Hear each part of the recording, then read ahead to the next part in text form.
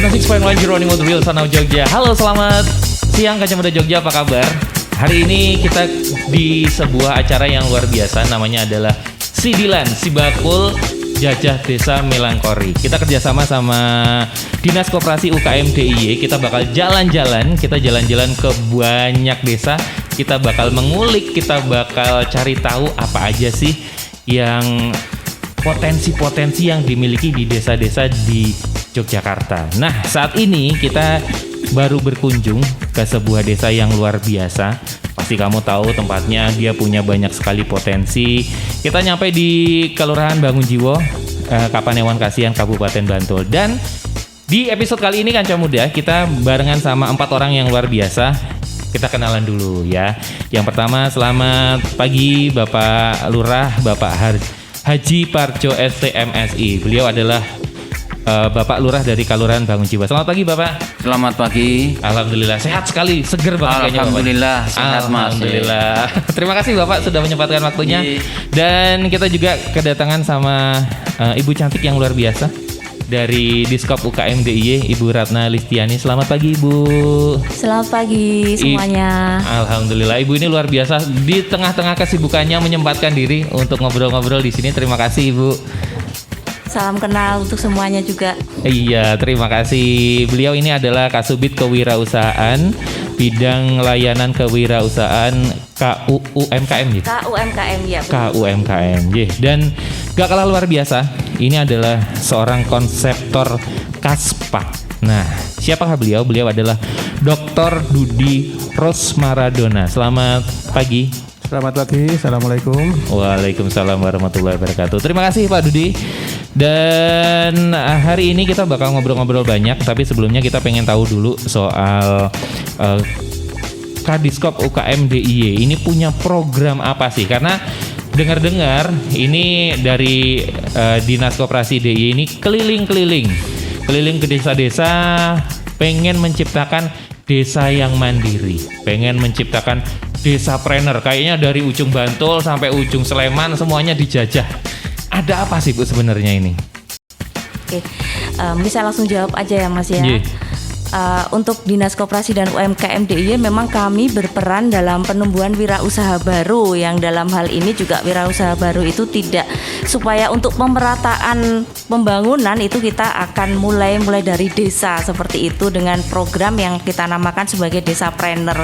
Desapreneur ini untuk berperan dalam meningkatkan kapasitas wirausaha yang sudah ada di desa seperti itu. Jika memang sudah ada, jika belum, kita juga akan membantu menumbuhkan kewirausahaan yang ada di desa itu sendiri, supaya tujuannya adalah agar desa ini perekonomiannya lebih berkembang seperti itu, melalui warganya sendiri yang berdaya dalam hal ekonomi tentunya, untuk peningkatan perekonomian dalam suatu wilayah. Kami Desapreneur ini kami ada beberapa sistem pendekatan ya Pak ya. Salah satunya akan kita bahas saat ini dengan Pak Dudi Rosmara, konsultan kami, melalui sistem Kaspak ya. Untuk yang selain itu juga kita ada G2R, kemudian ada model Blankon, kemudian juga ini yang satunya nanti juga semuanya akan sama mendukung untuk penumbuhan wirausaha baru seperti itu. Oke, karena ada program Kirilogi dan lain-lain itu. Betul. Juga iya gitu. Iya, kita ada beberapa pendekatan yang tentunya dengan metode yang berbeda-beda, supaya kita bisa evaluasi nanti metode mana sih yang paling cocok, karena kan di setiap desa itu karakternya berbeda-beda. Nanti bisa kita kulik kembali melalui dari Pak Lurah ya Pak, nanti mungkin dibantu untuk diberikan informasi-informasi di Bangunjiwo ini nanti potensinya seperti apa, karakteristik wilayahnya seperti apa, sehingga ini kita bisa berkolaborasi bersama untuk meningkatkan perekonomian di Bangunjiwo khususnya. Luar biasa. Jadi memang akhirnya pemerintah ini berpikir sekarang udah nggak zaman lagi orang desa itu ke kota. karena desa sendiri sudah punya banyak potensi yang bisa dikembangkan ya Mbak ya. Betul.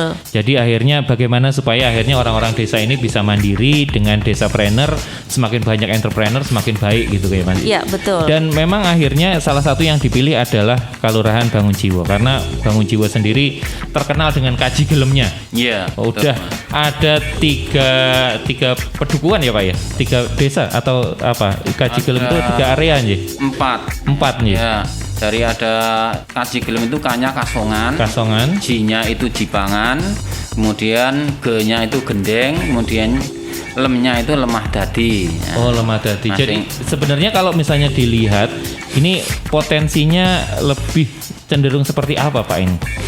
Jadi potensi khususnya UMKM kerajinan di Bangun Jiwo itu yang pertama di Kasongan itu kan terkenal dengan produk gerabahnya ya, keramiknya itu yang sudah terkenal sampai mancanegara ya.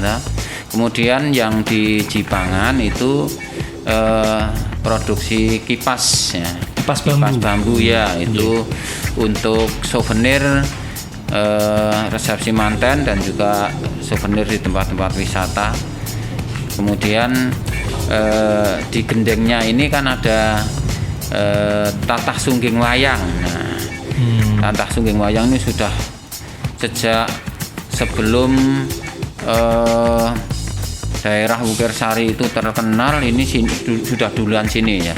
Oh, malah duluan ya, sini ya, duluan Pak? sini. Jadi di Gendeng ini bisa dibilang pertama kali untuk di Jogja ini produksi tatah sungging wayang ya, itu ya.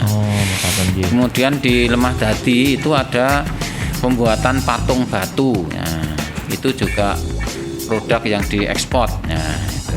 Nah, dan di samping itu sebenarnya di Bangun Jiwo itu dari area mulai Kasongan, Jipangan, Gendeng ke Lemah Dadi itu ada beberapa pedukuhan yang punya potensi UMKM juga, yaitu ada pisau batik itu di Kalirandu ya, ada pembuatan blangkon di Pedukuhan Petung ya, ada pembuatan ini bunga kering ya, itu di daerah Jambi Kerep lah, itu masih seperti itu. Jadi Bangun Jiwo ini produk UMKM-nya cukup banyak. Jadi kita selalu fasilitasi untuk kita berikan semacam pelatihan dari anggaran dana desa, juga kita anggarkan untuk pelatihan tiap tahunnya ya, pelatihan untuk baik dari inovasi, kemudian manajemen pemasaran itu kita berikan. Kita mengundang dari narasumber tenaga ahlinya itu. Oke, jadi memang akhirnya didukung penuh oleh pemerintah dan akhirnya juga disambut baik, disupport juga oleh dinas Diskop UKM DIY gitu ya. Jadi kalau misalnya dibilang Kalurahan Bangun Jiwo ini terdiri dari 19 pedukuhan dan hampir semuanya punya potensi ya Pak? Iya, betul. Masing-masing pedukuhan punya potensi yang luar biasa. Ya. Dan ini yang ditangkap oleh Diskop UKM DIY dan kemudian akhirnya Dr. Dudi ini punya konsep Kaspak. Nah, ini dengar-dengar nih Kaspak ini memang juga diambil dari kearifan lokal Jogja ini. K45 atau Pripon. Ini sebenarnya apa sih Mas Kaspak ini? Mungkin Mas Dudi bisa menjelaskan lebih jelas gitu. Oke, terima kasih kancah muda sekalian. Kaspak itu sebenarnya tulisannya K45PAK, tetapi bahasa kerennya ya biar gampang Kaspak itu A4 dan 5 dibaca AS. Nah, itu akronim dari Kiblat Papat Limo Pancer Adiuluhung Kawentar. Jadi ini adalah sebuah konsep pengembangan desapreneur, salah satu model ya, tadi sudah dikatakan Mbak Ratna, tadi ada beberapa. Ini ada 4 pilar atau kiblat itu. Yang kiblat pertama adalah global value. Itu adalah nilai-nilai yang diterima secara global ya. Nah, kemudian kiblat 2 adalah local wisdom. Jadi nanti di fase desa budaya, saya kira seperti Kalurahan Bangun Jiwo kan sudah desa budaya, itu sudah terfilter Pak. Jadi tentunya di kiblat 1 dan 2 itu sudah ada local wisdom yang itu sesuai dengan global value, karena kan mohon maaf tidak semua local wisdom itu sesuai ya. Mungkin di suatu daerah ada local wisdom yang mungkin mempersembahkan perawan di di kawah lah itu misalkan. Ya, artinya serem itu. Jadi itu yang local wisdom yang sesuai dengan global value. Global value itu contohnya apa ya, kegotong royongan, kemanusiaan dan seterusnya itu banyak. Nah itu kemudian di kiblat 3 itu bagaimana local wisdom itu bisa mewujud menjadi produk. Nah itu pilarnya adalah local supply chain, jadi rantai pasok lokal. Nah produk itu bisa barang, bisa juga jasa seperti event-event ya, event-event kesenian saya kira itu masuk kategori jasa. Nah, di mana produk itu baik barang yang dan jasa yang itu merupakan apa ya, kristalisasi dari local wisdom itu sebisa mungkin berbasis local supply chain, memberdayakan sumber daya lokal, baik itu mungkin input materialnya maupun bahan bakunya, tenaga kerjanya itu. Oke. Nah, kemudian itu diperbagus itu ya, sehingga nanti bisa adiluhung itu ya. Jadi local wisdom dan local supply chain itu harapannya nanti adiluhung. Nah kalau sudah adiluhung, nah kemudian nanti baru kita di pilar yang kiblat yang keempat yaitu adalah global marketing. Jadi dipasarkan secara global. Jadi ya harapannya tidak hanya di Kelurahan Bangun Jiwo tapi bisa mengglobal sesuai dengan tahapan. Nanti mengglobal itu bisa ke level kabupaten dulu, provinsi, nasional, bahkan sampai ekspor. Saya kira kalau di Bangun Jiwo sudah banyak ya yang levelnya ekspor itu. Tetapi tidak menutup kemungkinan tadi Pak Lurah ngendiko ada potensi-potensi yang mungkin masih bisa kita globalkan gitu. Nah kemudian itu adalah 4. Jadi harapannya global marketing itu adalah yang kawentar tadi atau terkenal kawentar itu kan. Nah semua itu nanti berporos pada pancer di tengah ini. Yang kelima adalah pancernya.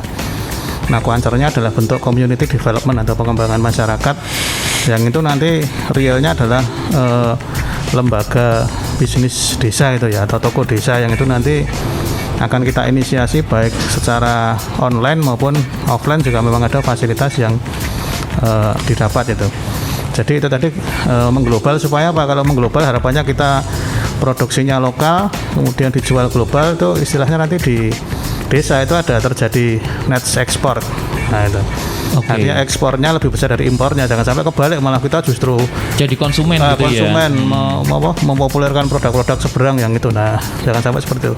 Harapannya kalau net export itu nanti ada impactnya adalah ya kesejahteraannya meningkat, ada omsetnya meningkat, profitnya meningkat, kemudian bisa mempekerjakan lebih banyak orang, sehingga nanti mungkin yang diharapkan apa ya, pemerintah DIY kan permasalahannya adalah pada tingkat kemiskinan yang tinggi dan tingkat ketimpangan pendapatan yang tinggi. Gininya kan kita sekarang tertinggi di Indonesia. Nah itu kalau ditelusur memang salah satu disparitasnya kota dan desa pedesaan. Nah harapannya dengan model seperti ini bisa catch up, yang perdesaan bisa ngejar nih gitu ya, mengikuti yang perkotaan, sehingga harapannya tingkat kemiskinan menurun dan kemudian juga ketimpangan antar kelompok pendapatan menurun.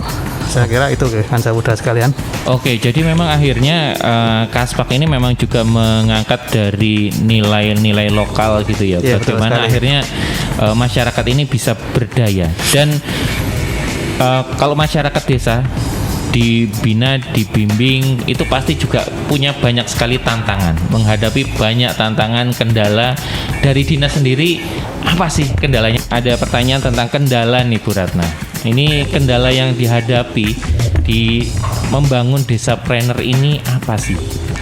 Oke, jadi mungkin saya jelaskan sedikit mungkin untuk kendala-kendala yang dihadapi khususnya dari dinas untuk saat ini untuk mewujudkan suatu iklim kewirausahaan itu kan tidak bisa kita ciptakan sendiri gitu. Betul. Harus kita itu ada sinergi, kolaborasi antara pemerintah juga kemudian juga pemerintah desa, kemudian dengan warganya itu sendiri yang akan kita tingkatkan kapasitasnya. Seperti itu. Jadi kadang kita sudah memberikan fasilitas dan kita juga banyak program-program, tapi mungkin yang akan ditingkatkan ini kesadaran untuk berwirausahanya itu masih kurang seperti itu. Jadi kadang-kadang saya sudah berjualan seperti ini sudah cukup kok untuk menghidupi kehidupan kami, keluarga kami. Nerimo banget ya. Nerimo, orang Jawa mas soalnya. Seperti itu kan. Jadi seharusnya kan kita inginnya itu ya berwirausaha tidak hanya untuk bisa mencukupi kehidupan sendiri gitu, tapi juga bisa menciptakan lapangan pekerjaan yang lebih luas lagi. Karena cita-cita kami yang kita sebut ini apa ya, cita-cita mulia CCM gitu ya. Nah itu kita juga ingin meningkatkan perekonomian di wilayah kelurahan dan pedesaan, karena untuk menyangga perekonomian di kota juga kan seperti itu. Jadi inginnya itu kesadaran untuk berwirausaha dan semangat untuk berwirausaha itu bisa lebih ditingkatkan lagi. Kita kendalanya di situ sih mungkin. Jadi akhirnya dari pesertanya sendiri semangatnya seperti apa itu juga menjadi kendala tersendiri. Oh itu iya, itu juga kendala dan sangat mempengaruhi keberhasilan dari program kami seperti itu. Kita memang kami tidak selalu di lapangan ya Mas ya, karena kita ada konsultan, kemudian ada pendamping juga. Hanya kami memang selalu melakukan monitoring dan evaluasi. Banyak kita temukan kendala yang ada di situ. Karena mindset itu kan memang untuk dirubah agak sulit ya. Betul. Walaupun kita sudah berikan fasilitas segala macam, kita kan untuk fasilitas dari Dinas Koperasi sendiri untuk pemasaran produk itu banyak gitu loh. Kita ada di Galeri Pasar Kota Gede, di Bandara YIA untuk produk-produk UMKM yang sudah terkurasi bisa kita pasarkan, display di sana untuk mendapatkan pemasaran yang lebih luas lagi. Selain itu kita juga ada menyewa galeri pavilion Smesco yang khusus pavilion Jogja di Smesco Jakarta. Kita juga selalu mengirimkan produk-produk dari Jogja untuk dipasarkan di sana. Itu menurut kami untuk pemasaran yang lebih luas itu kita juga sudah ada support gitu. Cuma kan dari UMKM-nya sendiri terkadang saya sudah produksi ini kok belum nggak bisa menyelesaikan semua, nggak bisa memberikan volume yang lebih banyak untuk pemasaran. Sementara permintaan ada terus gitu kan. Kita kan ada produk-produk yang memang dia sifatnya fast moving, ada yang memang agak slow moving seperti itu, yang kadang-kadang produk-produk yang sudah fast moving banyak diminati itu produsennya sendiri untuk memproduksinya itu belum sustainable. Itu juga merupakan suatu kendala gitu yang perlu selalu kita dampingi, kita support agar mereka juga punya kesadaran untuk berkomitmen seperti itu. Akhirnya bagaimana di tingkat masyarakat ini kualitas produksi dan jumlah produksinya bisa terus ditingkatkan. Betul, ya, Bu, ya? Betul sekali. Oke, dan kalau misalnya di lapangan sendiri Mas Dudi, ini kendalanya, ini kan tadi Bu Ratna sudah cerita dari motivasi, mindset. Kalau misalnya yang Mas Dudi hadapi pada saat pelatihan Kaspak ini tadi, apa aja sih yang juga muncul gitu? Oke, terima kasih. Saya kira nggih senada dengan Bu Ratna tadi ya. Jadi memang karakteristik apa ya, desa atau masyarakatnya itu bervariasi nggih. Ada yang satu kelurahan atau desa itu yang memang itu dalam tanda petik masih agak apa ya, susah move on itu. Termasuk apa ya, mungkin generasi mudanya juga jiwa entrepreneurnya masih kurang, jadi lebih suka kerja misalkan, lebih enak keluar kota gitu kan, keluar kota itu ya jelas cash flow-nya itu kan.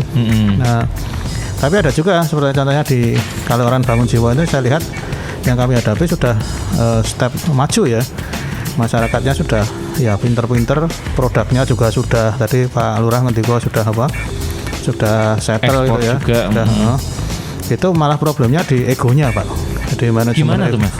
Ya artinya kan ego, jadi ibaratnya kan ini Desapreneur itu kan kita apa ya, ibarat sapu lidi, kalau sendiri-sendiri itu kan cepat patah. Cepat patah. Tapi kalau dibikin sapu, filosofi koperasi gitu lah.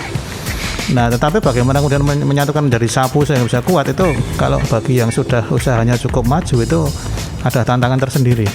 Tidak semudah yang misalkan belum dari nol betul. Dari nol itu misalkan sama-sama apa ya, tidak belum punya produk yang sudah mapan atau itu relatif lebih mudah diarahkan atau diajak kolaborasi. Tapi kalau yang sudah ini seperti ini saya katakan memang tadi di manajemen ego tadi. Karena merasa sudah berhasil. Ya, gitu ya? Sudah, jadi sudah berhasil dan apa ya, mungkin bahkan ekstrimnya ya sudah nggak perlu lah apa itu, saya gini aja sudah mapan gitu. Dan mungkin juga kesediaan untuk mungkin membina yang itu teman-temannya satu desa yang belum maju, bagaimana itu malah diajak, dirangkul untuk bisa maju. Ini kadang-kadang juga tidak mudah seperti ini Mas, menumbuhkan itu mungkin. Jadi kalau kendala di lapangan ya variasi tadi. Kalau di daerah yang apa namanya relatif tertinggal itu motivasinya lemah tadi ya.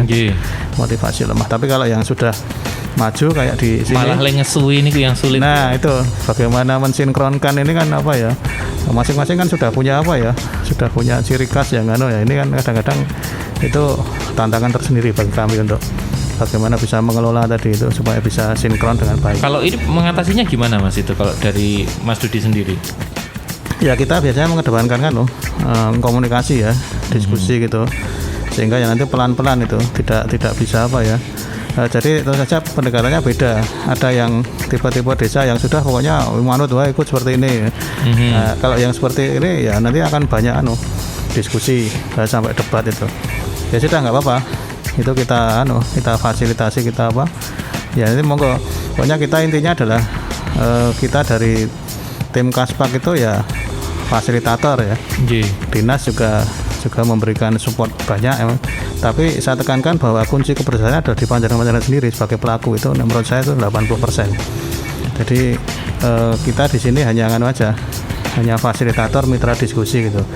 Nah sehingga dengan demikian biasanya kadang-kadang solusi itu ya ditemukan sendiri, bukan dari kita. Jadi akhirnya teman-teman ini menjadi pemantik yang menimbulkan insight-insight dari teman-teman itu sendiri gitu ya. Betul, biasanya jadi agak beda. Yang Suri Bangun Jiwa itu ya dengan cara seperti itu, mengedepankan diskusi. Mereka bahkan akan sedikit debat itu ya. Nah itu saya kira ya dinamis dan positif, bagus. Nah beda dengan yang mungkin yang tadi saya katakan yang masih agak sudah apa ngikut. Iya betul. Tapi memang kalau misalnya Bangun Jiwa sendiri dari Pak Lurah, Pak Haji Parjo sendiri sudah menyadari potensi itu gitu, dan akhirnya mensupport dengan berbagai macam bentuk pelatihan tadi. Betul, dan ya. dengar-dengar di tahun depan 2022 ini juga karena Kalurahan Bangun Jiwa juga sebagai Kalurahan Cikal Bakal Desa Mandiri Budaya itu juga mendapat gelontoran dana istimewa yang katanya hampir 1 miliar ya Pak ya? Iya, betul Mas. Itu nanti penggunaannya untuk supporting UMKM ini seperti apa Pak itu?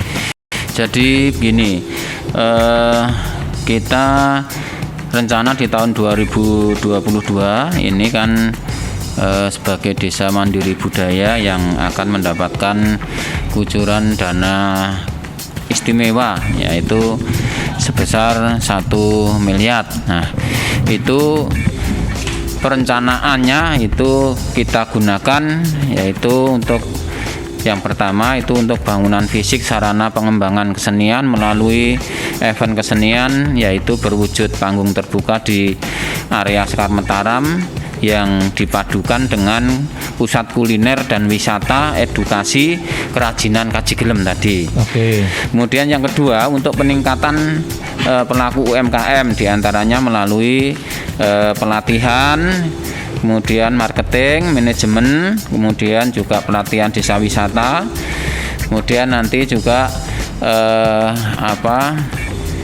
event yang ada di Sekar Mataram itu nanti kita akan undang UMKM itu untuk bisa memasarkan produknya di sana. Kemudian yang selanjutnya untuk pembinaan kesenian itu melalui ada pelatihan kerawitan, ada ketoprak, ada wayang wong dan ada bergodo prajurit dan sebagainya. Karena di sini tuh tiap-tiap pedukuhan itu mempunyai potensi kesenian semuanya. Nah itu. Kemudian untuk pengembangan dolanan anak, kemudian untuk manajemen sanggar ya, dan juga untuk gelar festival kesenian. Kemudian untuk pelestarian upacara tradisi antara lain untuk merti dusun atau merti desa, nyadran, ada upacara wiwitan dan sebagainya. Dan yang kelima untuk pemeliharaan situs karena di Bangun Jiwa ini juga mempunyai situs. Ya, beberapa situs ya, untuk penataan ruang wisata budaya yaitu ada situs Sendang di Banyu Temumpang, ada Gua Wurung, ada Sendang Semanggi dan juga Sendang Pangkahnya. Lainnya itu untuk ini Mas, untuk membangun perbaikan infrastruktur yang menghubungkan tadi dari wilayah Kaji Gelem tadi dari Kasongan, Jibangan, Gendeng, Lemah Dadi tadi ya. Itu perbaikan infrastrukturnya karena masih ada infrastruktur yang memang butuh untuk pendanaan dari Dana S ini nanti. Oke, Itu jadi kalau antara lain, boleh ya. saya membayangkan besok di tahun 2022 itu Kelurahan Bangun Jiwa itu punya one stop shopping, satu tempat, di situ ada kulinernya, Ya. terus di situ bisa ngelihat budayanya, ada pentas Betul. seninya, Betul. terus nanti kalau mau ngelihat kerajinan-kerajinan juga di situ nanti ada galerinya. Oh, Betul, mau ya. lihat kerajinan gerabah di situ Iya. juga nanti bisa dilihat. Kalau mau lihat lebih banyak ke Kasongan, ini Betul. ada kerajinan kipas bambu, Iya. ini ada pisau batik dan lain-lain, nanti dijadikan satu tempat gitu ya Pak? Iya betul.